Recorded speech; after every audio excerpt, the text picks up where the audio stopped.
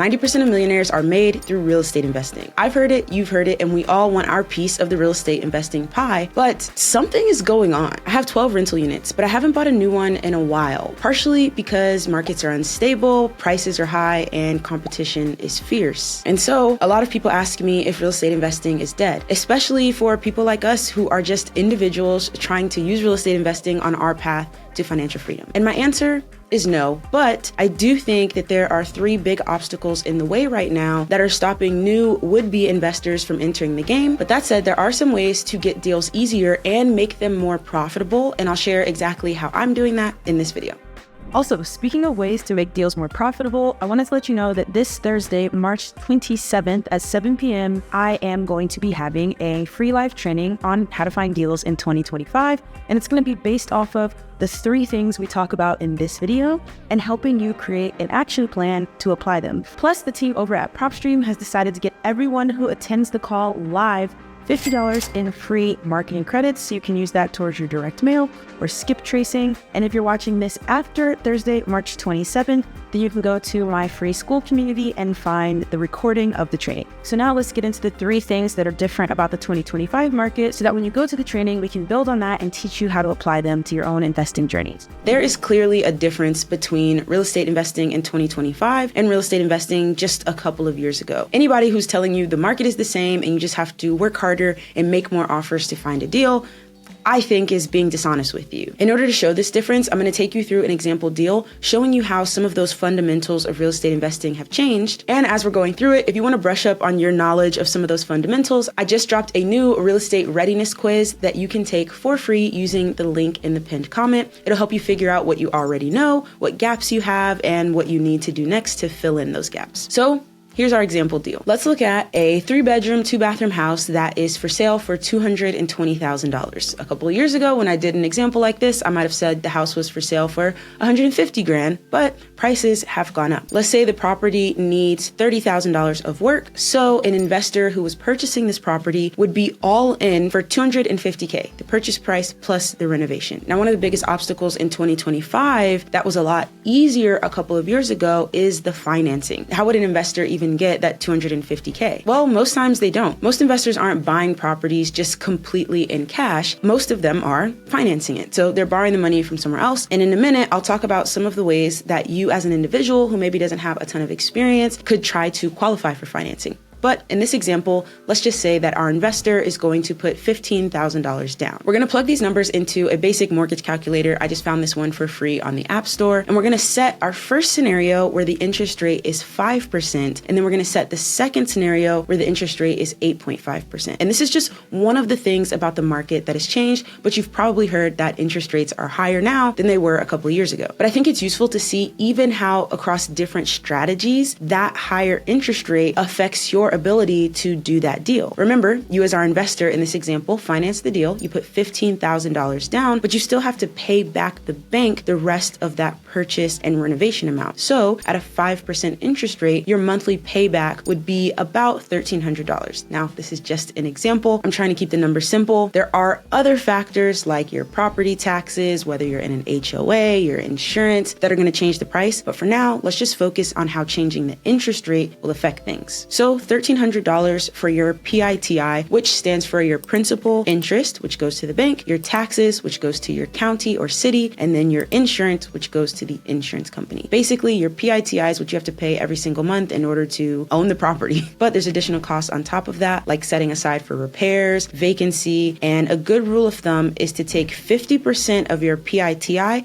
and add that on top to get all of your monthly costs. So 50% of our $1,300 would be $650 extra dollars that we want to be setting aside. So each month owning this property would cost us about $1,950, or let's just call it $2,000. And this is why so many deals are hard to make work in 2025, because if you are renting that property out, we'll talk about what happens if you want to flip this property in a moment. But if you're renting that property out because you want to build generational wealth, you want to have assets that are going to appreciate and grow in value over time that maybe you could pass on to a future relative, or when it comes time for you to retire, you'll sell sell them and live off of that lump sum for the rest of your life. I don't know. But if you want to own property and keep it, then you're typically going to be renting it out. And so you have to set your rent high enough above your monthly costs in order to make a good return. Typically, the stock market returns on average about 7% per year when you spread that out over multiple years. And so for the extra work that goes into real estate investing versus simply buying into the stock market, you want to get an even higher return on your money. So a lot of people look for 10% as a return on their real estate investing. In this case, that means you would rent your property for $2,125 per month, which would make you about $125 a month, which is $1,500 a year, or 10% of the $15,000 that you put in as your down payment. Now, as a quick side note, just stick with me here because I think this is important. $125 is not a lot. And trust me, if the washing machine breaks or there's something wrong with the roof, all of your monthly cash flow is going to get wiped out. And so when someone is trying to build a rental portfolio, they really have to be focused on scaling it. One door that's making $125 per month is not the goal. Now, 10 doors that are making $125 a month, 20 doors, etc. Building out a rental portfolio is what makes rental property investing work. But for the purpose of this example, I'm just talking about one property at a time. So just remember that in order to make 10% on this property, we need to rent for $2,125 per month. On the flip side though, what happens when our interest rate goes from 5% to 8.5%? Those 3.5 percentage points are going to raise our monthly cost by over $300. It's going to cost us almost $1,850 per month in PITI simply because the interest rate is higher. Same purchase price, same down payment, higher interest rate, higher monthly cost. When we add our 50% rule on top of that, it now costs us $2,770 per month to own this property. And in order to make a 10% return, instead of renting the property for $2,125, we now have to rent for $2,895. So you can see how this deal is so much harder to make work. At the end of the day, it's far easier and far less risky to go into a deal needing to rent the property for $2,100 a month versus going into a property and in order to make the same amount of money, needing to rent it for almost $3,000 a month. As an investor, when you're penciling out those numbers, coming across that second situation more and more often definitely makes you pump the brakes on the amount of deals that you'd be willing to do. And these type of changes to the fundamentals don't just affect one real estate investing strategy. A similar thing would happen if we wanted to flip this property. Same property, $250K all in to buy it and renovate it. And as a house flipper, we're taking a step up on the level of risk from renting out the property, but instead doing a full renovation and trying to sell it. So we want even more return on our investment than that 10% we were looking for before. So we're going to look for about a 30% return on our investment, which would be trying to make $75,000 on this house flip. After our fees and everything are accounted for, that means we would need to sell this property for about $350,000. So the impact of the interest rate in this case isn't really on us, but it's on our buyer. And as a house flipper, you don't make any money until you have a buyer. So let's say that buyer comes along, they make $80,000 per year, and they have $25,000 to put down. According to this mortgage calculator, they could reasonably afford that property with a 5% interest rate. But when the interest rate jumps to 8.5% instead, now their purchasing power drops over $100,000. Instead of the $350,000, they can only afford to pay you about $250,000, which barely makes you any money. You'd probably even lose money selling the property at that price. So again, when you're penciling out the numbers, thinking about doing that deal, it's probably going to be a no. Again, if you want to brush up on any of these concepts, take that free real estate readiness quiz that is in the top comment. Now, in response to high interest rates, some people will say that traditional financing is no longer the route that most people should go, but instead you should look at creative financing options. That way, the interest rate is not set by the bank or the institution, but instead is set between you and the seller of the property, and you guys can get creative and potentially lower that interest rate in exchange for something like a shorter term for payback or a higher down payment. It all depends on the individual situation. But the second reason that real estate investing is so hard in 2025 is because I think people have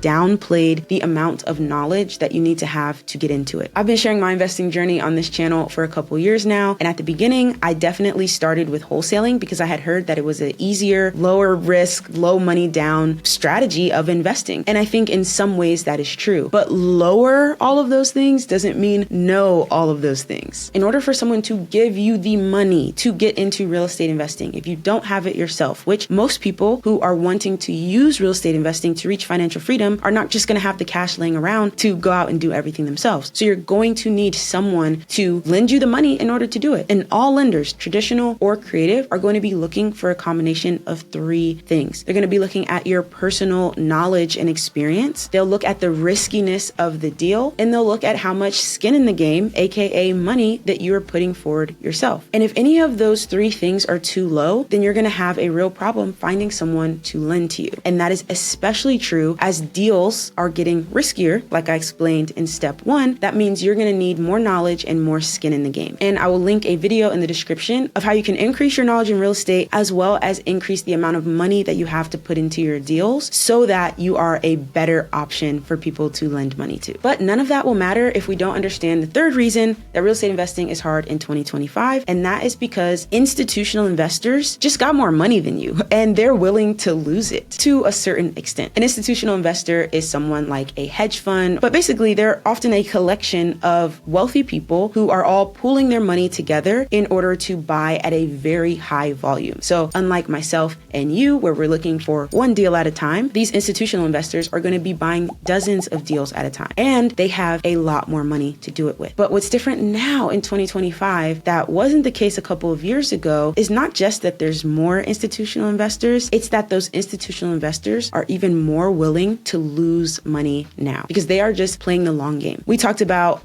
we want to get 10%, we're going to make $125 a month. Man, those institutional investors do not care about that $125. Me and you might have to cash flow positively and try to get 10%. Those institutional investors are willing to lose money every single month just in order to get the properties, just in order to own them so that they can hold them for 10, 20, 30, 50 years, wait for appreciation, then give their shareholders a return. Their time horizon is so much longer, which makes them so much more willing to wait for a bad deal that they buy now to turn into a good deal later, which me and you don't have the luxury of doing. So what do we do? This is a question that I've been asking myself as I want to make sure that I am doing the right thing with my own investing, but also that I use this platform to try to share what's actually happening and try to help you guys. And through my research, through trial and error, what I've come up with is that at its core, being a real estate investor is being a business owner. And I think sometimes we think that real estate is the thing that's going to do the work, but we have to also put our work and our business expertise on top of the real estate. And I'm reading Cody Sanchez's book right now about buying businesses, not necessarily because I want to buy a business, but because I think she just shares a lot of good knowledge that I can apply in other areas. And one of the things she talks about is she likes buying businesses that are real estate supported. So laundromats or car washes, because the combination of having real estate, which at its core is still a great asset class. That's why they say 90% of millionaires are made through real estate investing, because real estate is a great asset class for a lot of different reasons. I was just on a call with someone the other day who said God's not making no more land, and that's why they're interested in real estate. So the fundamentals of real estate still work, but also adding a business element together with the real estate investing is what I think the next step needs to be. If we are just relying on the basic real estate income of long-term rent or flipping a house, as our costs rise, our profits are going to shrink. And so we have to figure out what business activity can I use this real estate for in order to raise my profit margins. That might be going into commercial real estate and getting a laundromat or getting a car wash. Or for myself, that has meant adding an Airbnb business on top of half of my rentals. That is a whole nother business. It's a whole nother set of skills and things that I have to do with my time and systems that I have to learn, but it allows me to, as costs rise, also supercharge my income. So I've been sharing a lot of short form videos about how that's going, as well as this long form video right here about how much I made on Airbnb in my first month. You can click right there to watch it, or you can find the link in the pinned comment, as well as the link to that free real estate readiness quiz. As always, thank you for watching, and I'll see you next time.